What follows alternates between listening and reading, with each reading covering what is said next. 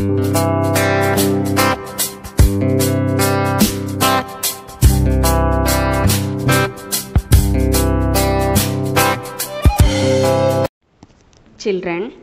good morning. Hope you all are fine. Peace be upon you always.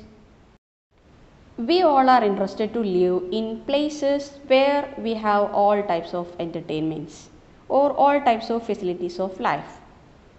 But every places on this world haven't all these type of facility. Some areas are comfortable for human life, some other places are not.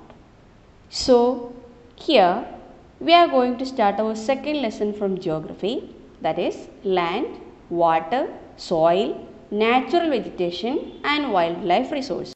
These all are needed for human life to make it more happiest and also comfortable. So let us start. This chapter describes about lots of resources required for human life. Let us start to study with land as a resource. Land is really a natural resource.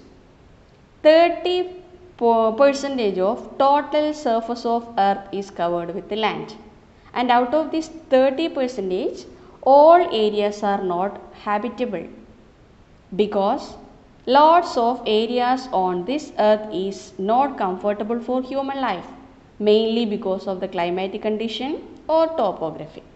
So we can study one point, that land use. Land use means use of land for different purposes. Use of land for different purposes. Whenever we are using land for any particular purpose, that is known as land use, such as for construction buildings, for agricultural purpose, for forestry, mining, pasture land, playground, grazing land, etc. Many uses are there for land.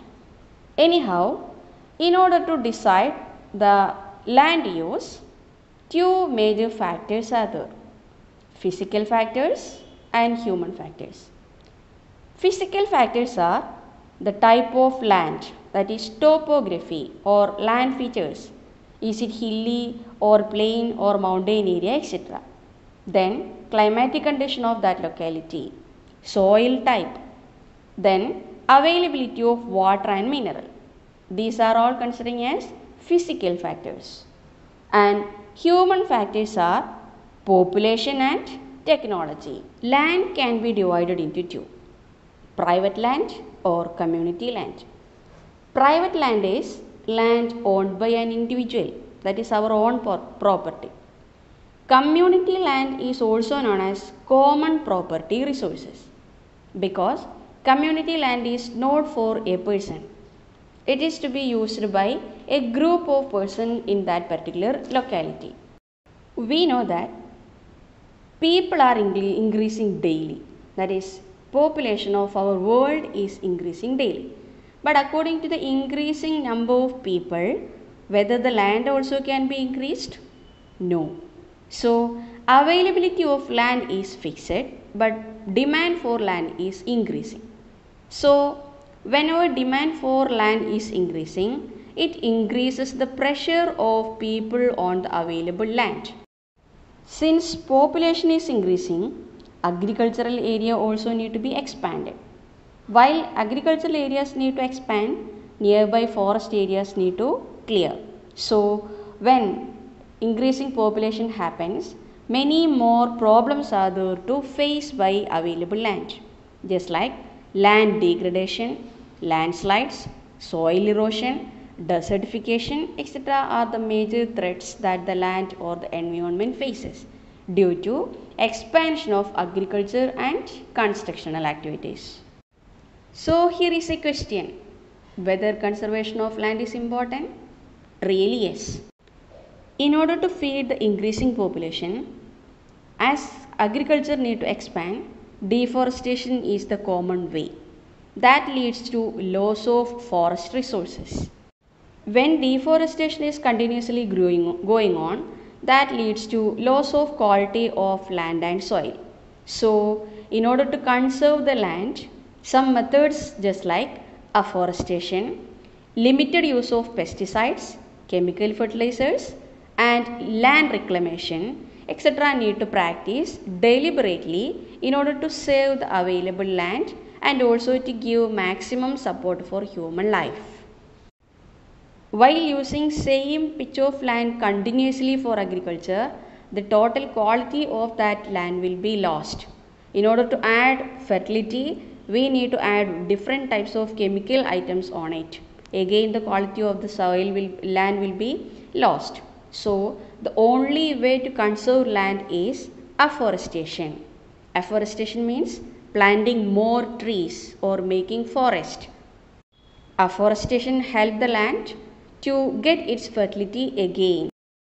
One of the major problems that land face is landslide. Landslide means mass movement of rocks, debris or earth down as a slope. It is really a natural disaster.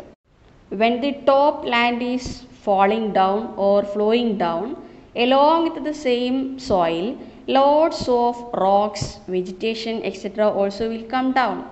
That causes for blocking the nearby river. Whenever rivers are blocked on the way, it again causes for overflow of water and flood also may occur. So, landslide is really a natural disaster that is to be stopped or to be minimized due to our effort in the form of afforestation. Landslide reduces the quality of soil as the top soil will be coming down and the remaining soil may be not useful for any type of agricultural activities. So again we are going to lose the area for agriculture. So at any cost, landslides are to be reduced and need to protect the available land. So children, today we had discussed about different types of resources and mainly land as a resource. And we know what is land use, that is use of land for any type of or any different purpose. And two factors are there to determine land use, that is physical factors and human factors. And on the basis of ownership or uses of land, it can be of two types, private land or community land. And we also discussed about the major problems that our land faces, that is land degradation, landslide, soil erosion or desertification also. And we know the importance of conserving the available land as increasing population leads to or demands to more land that is not possible. So the available land is to be conserved. So today we have discussed a lot. Let us continue its remaining portions in the next class. So study well, prepare your notes. Okay, thank you.